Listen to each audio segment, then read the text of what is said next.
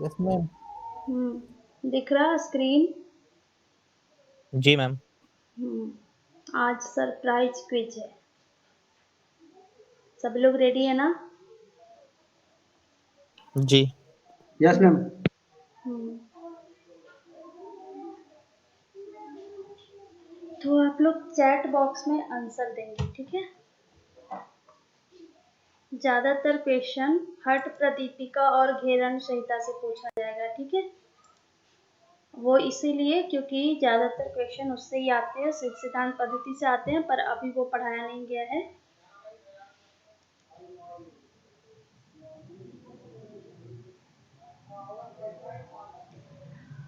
और बाकी सारे ग्रंथों से ही पूछे जाएंगे जितना मैंने पढ़ा दिया है, लेकिन मोस्टली क्वेश्चन हट प्रदीपिका और घेरन संहिता से होगा। क्लियर? सभी लोग आप लोग चैट बॉक्स में जवाब देंगे। और 31 लोग हैं, 31 लोग बने रहेंगे, जाएंगे नहीं। और सभी अपने कॉपी पेन लेके बैठते हैं ना? नहीं तो कॉपी पेन लेके। हाँ। जी मैम। जी मैम। तो नोट करते जाएंगे कि कितने सवाल का सही जवाब दिया और कितने का गलत। ठीक है? मोस्टली आपसे क्वेश्चन किया जाएगा 50 से ऊपर। चलिए आज का सबसे पहला क्वेश्चन बोलेंगे। ऑल द बेस्ट सभी को।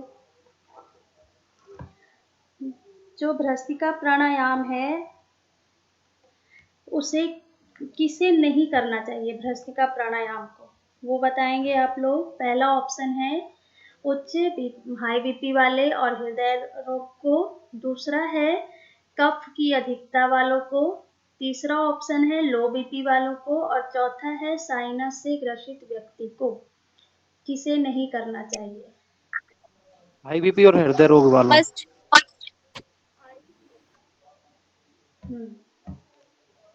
हाई बीपी और हृदय रोग वालों को भ्रस्तिका प्राणायाम का अभ्यास नहीं करना चाहिए।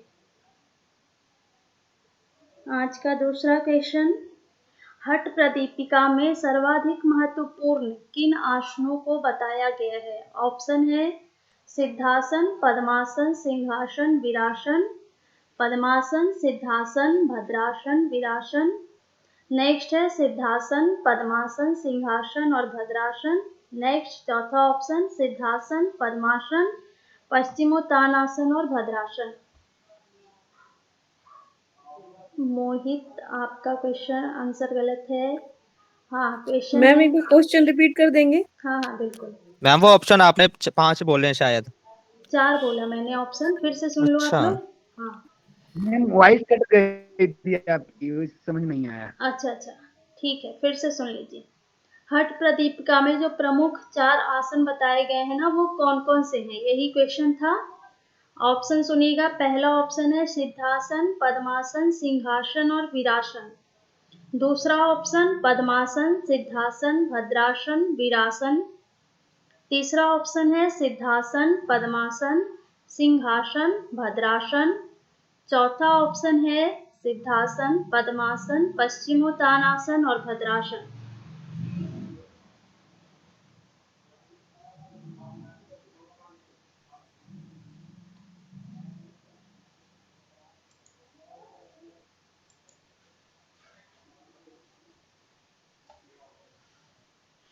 जिन्होंने ऑप्शन 3 बताया है वो सही है। और जिन्होंने अलग अलग आंसर बताया, जैसे ये प्रगति जी आप 2 बता रहे हो, गलत है वो। सिद्धासन, पद्मासन, सिंहासन और भद्रासन, ये 4 आसन हठ प्रदीपिका में सही बताए गए हैं। ठीक है? चलिए अगला। मैम एक बार प्लीज रिपीट कर देंगे आंसर? हाँ बिल्कुल। सिद्धासन, पद्मासन, सिंहासन और भद्रासन। सिद्धासन, पद्मासन, सिंहासन और भद्रासन। Next question. हठ प्रदीपिका में वर्णित जो शोधन क्रिया है, सठ क्रियाएं हैं, उसका सही क्रम बताना है। हाँ जी प्रियंका जी, ये दोबारा पूछा था।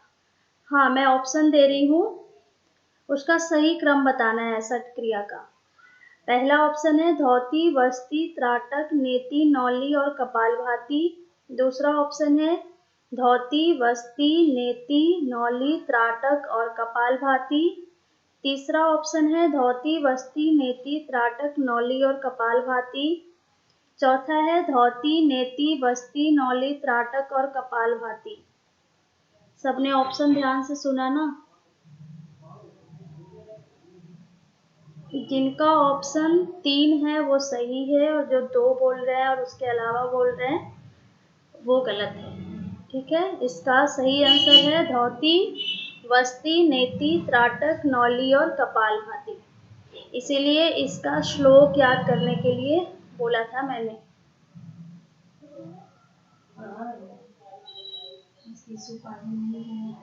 कहाँ गई?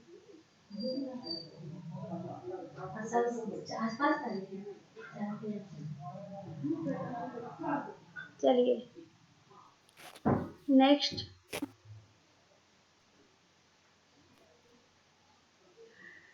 नेक्स्ट क्वेश्चन बोल रही हूँ। निम्नलिखित में से किस प्राणायाम को शोधन क्रिया के अंतर्गत सम्मिलित किया गया है?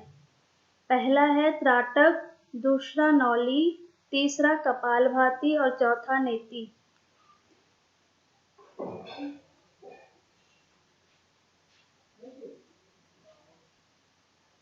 कपालभाति को प्राणायाम की शोधन क्रिया के अंतर्गत रखा गया है, प्राणायाम में नहीं रखा गया है। चौथा क्वेश्चन, अगला क्वेश्चन इज निम्न में से महामुद्रा और महाबंध किसके बिना फलहीन है? मूलबंध, महावेद, क और ख दोनों। नेक्स्ट है शक्ति चालन। महावेद के बिना मूलबंध और महाबंध दोनों निरर्थक है, फलहीन है। जो मूलबंध की क्रिया है वो किस अंग से संबंधित है? हठयोगिक क्रिया है। पहला है गुदा, नेक्स्ट है नाभि, थर्ड है संकल्प, 4 है काम। मूलबंध गुदा से संबंधित है। नेक्स्ट क्वेश्चन, नाथ योग संप्रदाय के संस्थापक कौन हैं? गोरक्षनाथ, मत्स्येंद्रनाथ, केदारनाथ और भानुकी।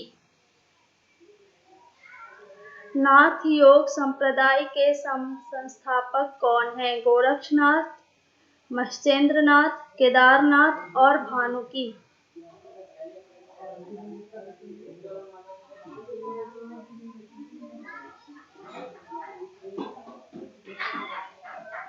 गिरीश, इसका आंसर है मत्स्येंद्रनाथ। नाथ योग संप्रदाय के संस्थापक मत्स्येंद्रनाथ।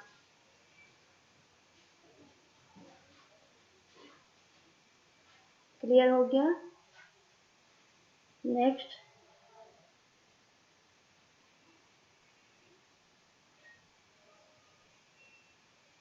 पांच मुख्य प्राण कौन सा है? प्राण, अपान, समान, व्यान, उदान, नाग, कूर्म, कृकल, देवदत्त, धनंजय। प्राण, अपान, नाग, समान, उदान, उपयुक्त में से कोई नहीं। गुड। पहला है प्राण, अपान, समान, व्यान और उदान। योग के आदि प्रवक्ता कौन कहलाते हैं? महर्षि पतंजलि, गुरु गोरक्षनाथ, हिरण्यगर्भ और महर्षि दयानंद।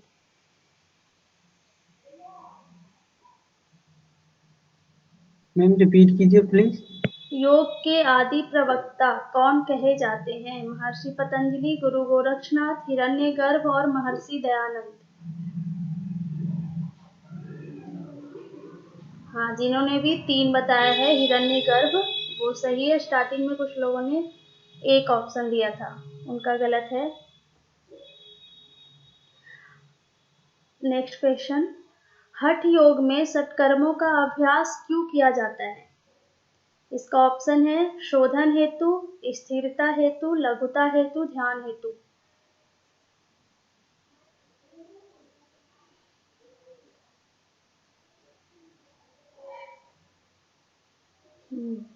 शोधन हेतु हठ क्रियाओं का अभ्यास करते हैं। सबका आंसर आ रहा है ना?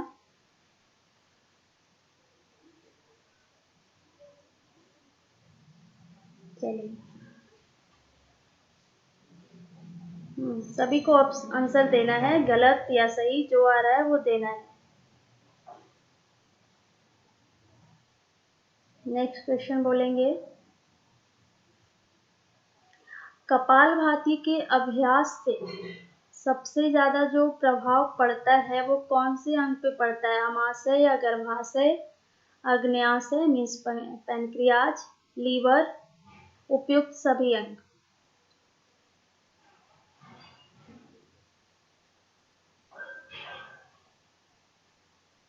गुड, सभी अंगों पे इफेक्ट पड़ता है।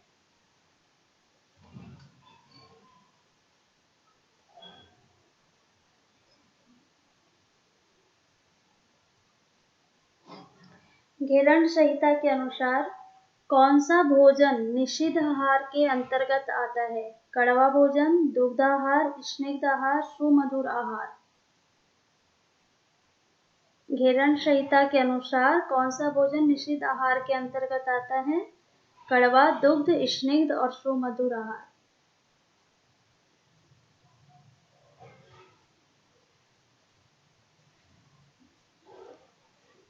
तीन जो ऑप्शन दे रहे हैं उनका गलत है, कड़वा भोजन निषिद्ध आहार में आता है। ठीक है। घेरण संहिता में कितने आसनों का वर्णन है? 10, 15, 25, 32। ये तो सभी लोग बताएंगे।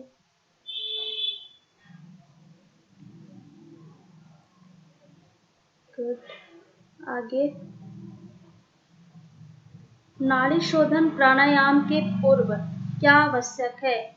यम का सम्यक अभ्यास, नियम का सम्यक अभ्यास, आसनों का दृढ़ अभ्यास और तीनों, उपयुक्त तीनों।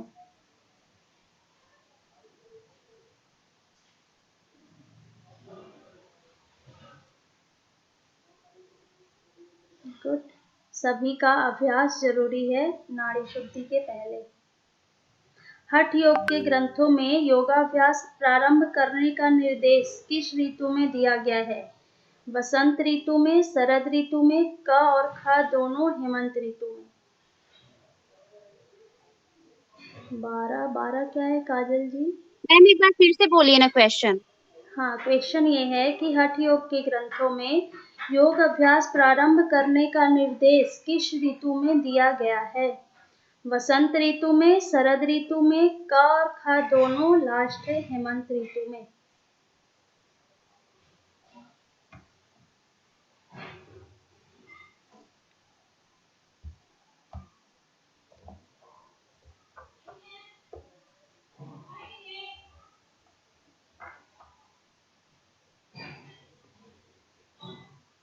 जो इसका ऑप्शन थर्ड बताए हैं, क और ख दोनों वसंत और शरद ऋतु में योगाभ्यास का आरंभ करना चाहिए। ठीक है, अकॉर्डिंग टू हठ योगिक ग्रंथ। निम्न में से कौन सी क्रिया यौगिक क्रिया नहीं है? पहला है त्राटक, नौली, नेति, त्रिकोण। ये तो बहुत इजी क्वेश्चन है।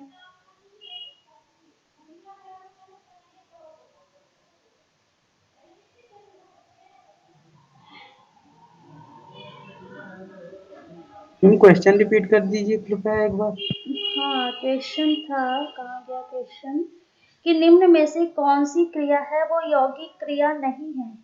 त्राटक, नौली, नेति, त्रिकोण। हो गया क्लियर? अगला क्वेश्चन बताएंगे, निम्न में से कौन सी यौगिक क्रिया, हठ योग के अनुसार प्राणायाम के पूर्व कौन से कर्म करने की आवश्यकता है? निष्काम कर्म, सकाम कर्म, शोधन कर्म, पुण्य कर्म। हठ योग के पूर्व शोधन कर्म। गुड।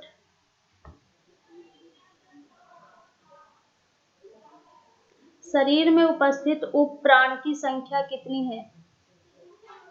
4, 5, 6, 5। प्रिया वर्मा जी, आप माइक ऑन करके बताएंगे पांचों उप प्राण का नाम। प्रिया वर्मा। हेलो। हाँ मैम। हाँ बताइए। कूर्म, धनंजय, हम्म, नाग, हम्म। नाग और मैम दो का याद नहीं है। चलिए सोनिया गुप्ता जी, आप माइक ऑन करके बताइए। देखिए कुंज जी का आंसर आ गया है चैट बॉक्स में। सोनिया गुप्ता आप बताइए। चलिए आपने सुंदर सिखा यादव, आप बताएं।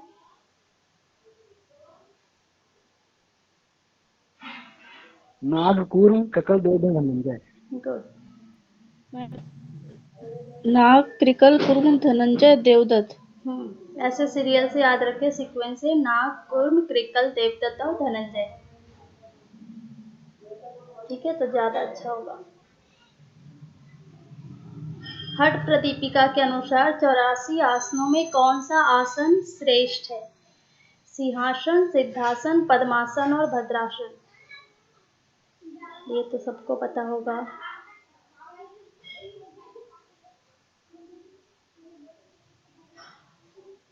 गुड। नेक्स्ट क्वेश्चन, घेरण संहिता में वर्णित मुद्रा कितने प्रकार की है?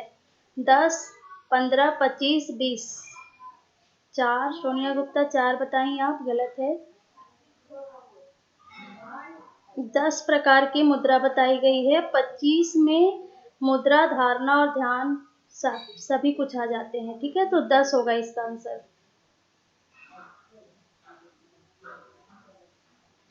मैम धरण संहिता के अनुसार पूछा है ना आप? मैंने हठ प्रदीपिका के, सॉरी, घेरण संहिता में वर्णित मुद्रा, हाँ जी, उसी के अकॉर्डिंग तो मैं मैम आंसर। 16 होगा मैम, 16 तो होगा ना मैम मैम? 25 होगा ना मैम?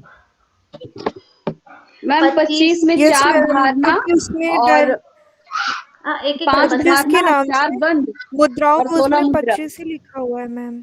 16 तो मुद्रा, मैम 4 बंद और 5 धारणा। तो मैम अगर हठ प्रदीपता के अनुसार पूछेंगे तो फिर 6 हुई ना, 4 तो उसमें बंद ही होते हैं, तो फिर 6 सही ऑप्शन होना चाहिए मुद्राओं का। मैंने घेरण संहिता के अकॉर्डिंग पूछा, ठीक है। ये घेरण क्वेश्चन पर डिपेंड करता है, अगर 25 ऑप्शन है तो आप 25 ही सिलेक्ट करेंगे घेरण संहिता के अनुसार। क्वेश्चन था, घेरण संहिता में वर्णित मुद्रा का प्रकार कितना है? 10, 15, 20 और 25।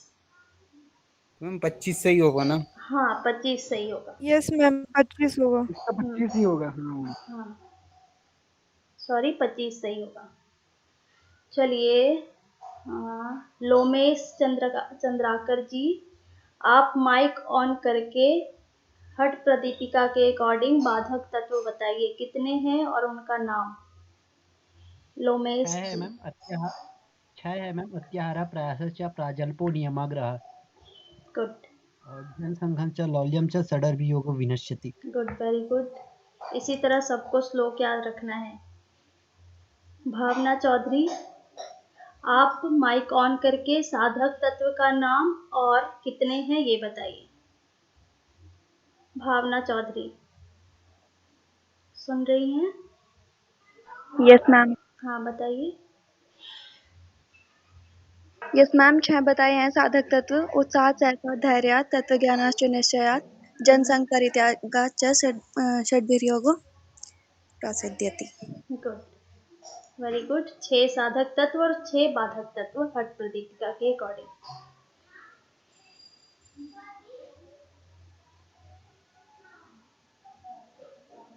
चलिए नेक्स्ट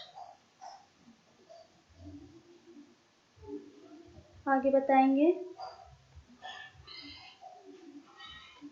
स्वात्माराम के अनुसार जो हठ योग विद्या का उपदेश है वो किसने दिया था? ब्रह्मदेव, मार्कंडेय ऋषि, भगवान आदिनाथ, उपयुक्त सभी।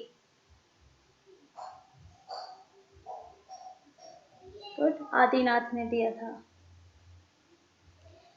हठ योग का जो उपदेश है वो किसके लिए किया जाता है? शरीर को स्वस्थ बनाने के लिए, रोग मुक्ति के लिए, राजयोग की प्राप्ति के लिए, उपयुक्त सभी। 3, राजयोग की प्राप्ति के लिए।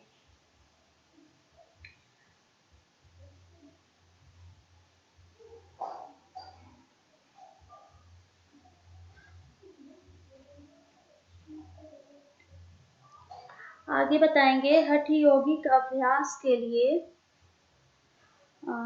जो स्थान होगा वो कैसा होना चाहिए। ऑप्शन है हठ अभ्यास के लिए देश में उत्तम राजा का शासन हो, उस देश में रहने वाली प्रजा धार्मिक हो, उस देश में कभी दुर्भिक्ष ना पड़ता हो। नेक्स्ट है कि उस देश में चोर डाकू आदि का प्रभाव हो। इसमें कौन सा गलत है? 1 2 4 वाला है उस देश में चोर डाकू नहीं होने चाहिए। ठीक है, ऐसे होने चाहिए। निम्न में कौन सा हठ योग साधना है वो बाधक तत्व नहीं है? प्रत्याहार, प्रजल्प, साहस और जनसंघ। बाधक तत्व नहीं है। प्रत्याहार, प्रजल्प, साहस और जनसंघ। जिन्होंने 1 बताया है वो गलत है, बाधक तत्व नहीं है। साहस है वो बाधक तत्व नहीं है।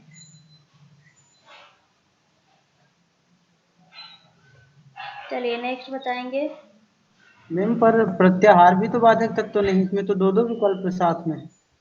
हाँ जी, प्रत्याहार, प्रजल्प, हाँ प्रत्याहार और साहस दोनों प्रत्याहार है। बाधक तत्व है। अत्याहार है ये, प्रत्याहार नहीं। सॉरी, अत्याहार, सॉरी। हाँ ओके मैम। अत्याहार। चलिए नेक्स्ट बताएंगे। कौन से अवस्था में प्राणायाम के अभ्यास में कौन से अवस्था में शरीर से पसीना आने लगता है? हीन, मध्यम, उत्तम, उपयुक्त, सभी। उत्तम। हीन अवस्था जो मध्यम। नहीं जी, मध्यम अवस्था में कंपन होती है। हाँ, जो हीन अवस्था है, पहली अवस्था है, उसमें शरीर से पसीना आता है। शरीर से पसीना आने पर उसको क्या करना चाहिए? हिमाली साहू जी बताइए, जब पसीना आए प्राणायाम के अभ्यास से तो उसको क्या करना चाहिए? हिमाली साहू जी। काजल। शरीर पे मालिश कर लेना चाहिए। क्या पूरे होता है बॉडी उससे? पे। क्या होता है उससे? क्यों मलना चाहिए? उससे तेजुस्सा आती है और मतलब स्फूर्ति आती है। शरीर में दृढ़ता आती है। शरीर के लिए घेरन हठ प्रदीपिका में संस्कृत का एक वर्ड यूज किया गया था, मैंने स्पेसिफिक बताया था इसी श्लोक में। वो क्या है? कौन सा वर्ड है वो? याद है किसी को? क्वेश्चन रिपीट कीजिए मैम। इसके लिए मैम शरीर के लिए हठ प्रदीपिका में जो पसीना निकलता है उसके लिए मैंने एक संस्कृत में एक वर्ड बताया था, वो याद है किसी को? मर्दन। उसका मतलब होता है मलना। मैं संस्कृत पूछ रही हूँ शरीर का, जो कि बताया है हठ प्रदीपिका में। घट पिठानी। नहीं मैम काय होगा। महेश जी ने इसके लिए क्वेश्चन पूछा भी था। महेश जी आपको याद हो तो। घट तो बोला गया है शरीर को घेरन संहिता में। हठ प्रदीपिका के अकॉर्डिंग पूछ रही हूँ। हठ प्रदीपिका में शरीर को संस्कृत में कौन सा वर्ड बोला गया है? आपने क्वेश्चन किया था इस पे, क्रॉस क्वेश्चन। महेश जी आप याद है वो तो। पिंड भी नहीं कहा गया। मैम मैं तो हाँ जी, भूल गया आप? कोई बात नहीं, गात्र बोला गया है। ठीक है, शरीर को गात्र बोला गया है संस्कृत में हठ प्रदीपिका में। चलिए नेक्स्ट क्वेश्चन बताएंगे। योगी के भोजन को क्या कहा जाता है? प्रत्याहार, स्वल्पाहार, मिताहार, उपयुक्त, सभी। गुड, मिताहार कहा जाता है, ये तो सबको पता है। निम्न में से कौन सा भोजन योग अभ्यास में अपथ्य है? कुल्थी, गेहूं, चावल, और दूध।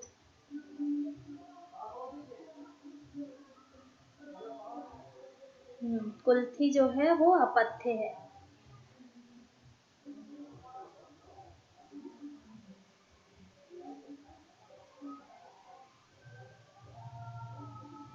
हठ योग प्रदीपिका के अनुसार षट कर्मों का अभ्यास किसे करना चाहिए?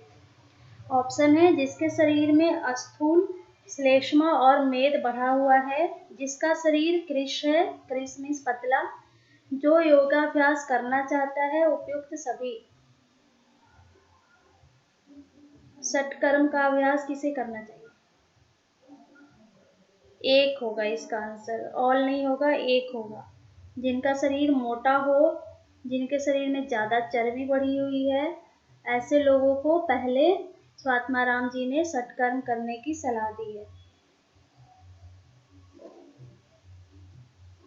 हठ प्रदीपिका में से कौन सा आसन कुंडलिनी का जागरण करता है? वीरासन, कूर्मासन, मत्स्येंद्रासन, सिद्धासन। वीरासन, कूर्मासन, मत्स्येंद्रासन, सिद्धासन।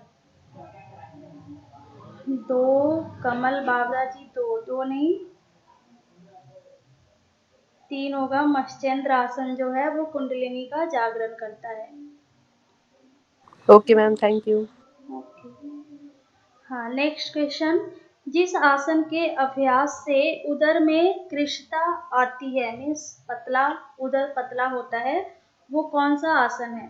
धनुरासन, पश्चिमोत्तानासन, मयूरासन, हलासन। पश्चिमोत्तानासन से पेट जो है वो पतला होता है। हठ प्रदीपिका में कितने आसनों की संख्या बताई गई है? 32, 16, 20, 15। ये तो सबको पता होगा।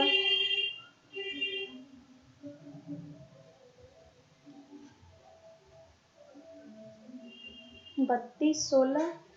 राम पुलिस जी, आप डिफाइन करेंगे क्या 32, 16 किस प्रकार से? मैम हठ प्रदीपिका में 16 है। 16 है? और किसी को पता है क्या? सॉरी, 15 हाँ जी, महेश जी क्या बोल रहे हैं आप? हठ प्रदीपिका में 15 है, घेरण संहिता में 32 है। मैम ये बोल रहा हूँ, तो हठ प्रदीपिका में 15 ही पड़े हैं। हाँ, 15 ही पढ़े हैं हम तो। चलिए, कोई बता दीजिए शिव संहिता में कितने आसनों का वर्णन है? 4। वशिष्ठ संहिता में? शिव संहिता में मैम शिव संहिता 10। में? शिव संहिता में 10, वशिष्ठ में, सॉरी उल्टा हो गया, शिव संहिता में 4, वशिष्ठ में 10, घेरंड में 32 और हठ प्रदीपिका में 15। ठीक है, चलिए आगे बताएंगे। कपाल भाती शब्द में भाती शब्द का अर्थ क्या होता है? चमकना, धोकनी, उज्जवल, इनमें से कोई नहीं। धोकनी, एक जो बता रहे हैं, कोई नहीं, धोकनी होता है। भाती मतलब धोकनी के समान, पढ़ते हैं ना इसकी विधि में, लोहार की धोकनी के समान, वही है वो। वो चमक से भी तो लिया जाता है कपाल भाती का अर्थ। नहीं, यस मैम, इंग्लिश में इसका साइन से लिया जाता है। चमक से ही है उसमें। नहीं, धोकनी ही सही है। आप बुक एक बार देखिए ना तो आपको क्लियर हो जाएगा। हाँ, स्पेसिफिक देखेंगे तो धोकनी ही होता है। वैसे एक बार मैं, आप लोगों ने बोला तो कंफ्यूजन हो गया, अब इसको देख लूंगी फिर बता। षटकर्म में लिया जाता है ना, इसलिए धोकनी लिया जाता है ताकि उसको साफ किया जा सके धोकनी से। नहीं, एक्चुअल में मैम जैसे कपाल और भाती दोनों को अलग अलग करके देखेंगे तो उसमें कपाल और भाती का जो शब्द उसका अर्थ चमक ही लिया जाता है। ठीक है, आप सबकी बातों को मैंने सुना, अभी कल मैं इसको क्लियर कर दूंगी। ठीक है, चलिए नेक्स्ट क्वेश्चन बताएंगे। हठ प्रदीपिका के अनुसार धौती कर्म के प्रभाव से कितने प्रकार के कफ दोषों का विनाश होता है? 10, 18, 15, 20।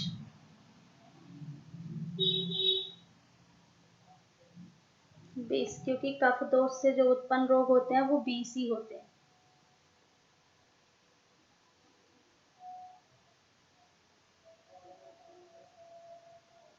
Next question. हठ प्रदीपिका में बस्ती के कौन से भेद का उल्लेख है? जल बस्ती, स्थल बस्ती, पवन बस्ती, उपयुक्त सभी। अच्छा, मौज वाले क्वेश्चन है प्रगेश जी। 1, 2, 1, 2। हठ प्रदीपिका में जल बस्ती का वर्णन आया है। आगे जब पढ़ोगे आगे के श्लोक, तो वहां पे जल बस्ती मेंशन कर दिया है कि जल में खड़े होकर नाभि पर्यंत करना है। चलिए नेक्स्ट क्वेश्चन।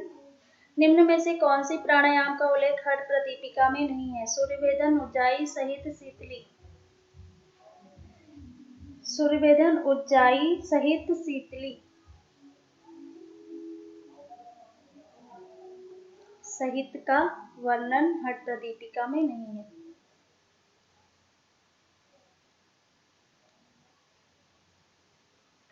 हट प्रदीपिका के अनुसार पूरक के अंत में कौन सा बंध लगाने का निर्देश दिया गया है? मूल बंध, जालंधर बंध, उद्यान बंध, सभी। 2, 3। पूरक के अंत में 2 जालंधर बंध लगाने की बात कही गई है। निम्न में से कौन सा प्राणायाम है वो कंठस्थ जो कफ जन्य दोष है उसका विनाश करता है? ऑप्शन है सूर्यभेदी, उज्जाई, शीतकारी, भ्रामरी। 2 उज्जाई प्राणायाम है वो कंठ में स्थित जो कफ जन्य दोष होते हैं उसको दूर कर देता है। वैसा हाँ जी। Can I leave the meeting, ma'am? I have some work. Okay Thank you, ma'am. चलिए, वो कौन सा प्राणायाम है जिसका प्रारंभ दाएं नाक से करते हैं? चंद्रभेदन, सूर्यभेदन, उज्जाई, शीतली। सूर्यभेदन प्राणायाम का प्रारंभ जो है वो दाएं नथुने से दाएं नाक से करते हैं। सुषुम्ना का पर्यायवाची शब्द नहीं है। निम्न में से कौन सा है जो सुषुम्ना का पर्यायवाची शब्द नहीं है? पहला है शून्य पदवी, ब्रह्मरंध्र, महापथ, सिनी वाली। सिनी वाली जो है वो सुषुम्ना का पर्यायवाची शब्द नहीं है। कोई बुक खोल के तो नहीं बैठे हैं या फिर अपने नोट्स खोल के तो नहीं बैठे हैं, ईमानदारी से दे रहे हैं ना आंसर। इतने प्यार से आप पढ़ाते हो फिर नकल करने की जरूरत क्या है? नकल नोट में नहीं हो सकती। चलिए नेक्स्ट क्वेश्चन। निम्न में से किसकी सप्त साधन में गणना नहीं है? शोधन, दृढ़ता, प्रत्याहार, धैर्य। सप्त साधन की चर्चा कहाँ पे आई है?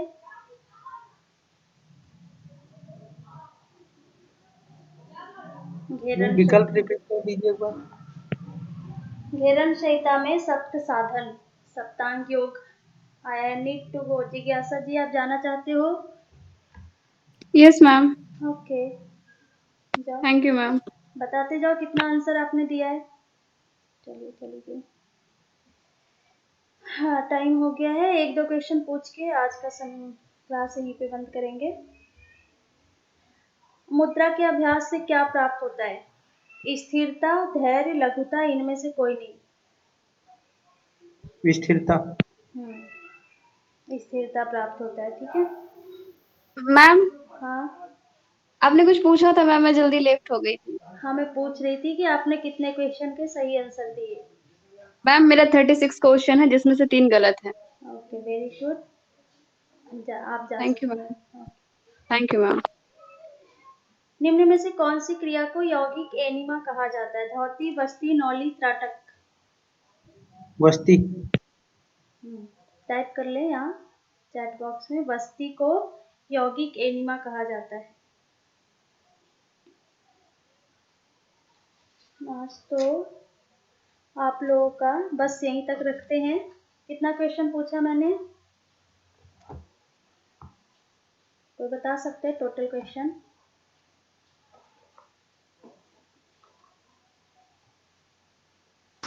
40 के आसपास पूछा मैम। अच्छा 39। चलिए बढ़िया। और कितने का सही हुआ? कितने सही हुए? मैं नाम बताते जा रही हूँ, माइक ऑन करके फटाफट बताते जाना। भावना चौधरी। Yes ma'am 37।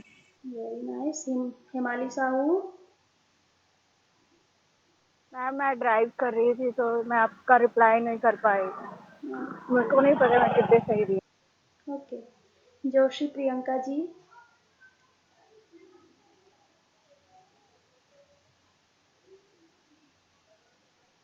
काजल। जी मैम। हाँ बताओ आप। मैम सारे सही। मेरे एक्चुअली कॉल आ रहा था, मैं डिस्कनेक्ट कर रही थी उस कॉल को। मेरे सारे सही हो गए।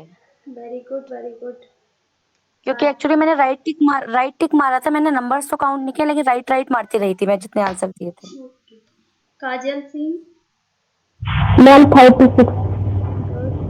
कमल बावरा जी, सॉरी मैम, मैंने ना नोट नहीं किया, नेक्स्ट टाइम से करूंगी।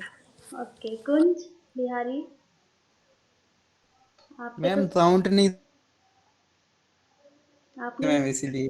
अच्छा मैंने तो मैम नोट्स में से देख के बताए। अच्छा, नोट्स में से देख के बताया आपने। नहीं भैया नहीं चलिए नहीं मैम। मोहित आप बता दो। मैम शायद 40 क्वेश्चन थे, एक मेरा मिस हुआ था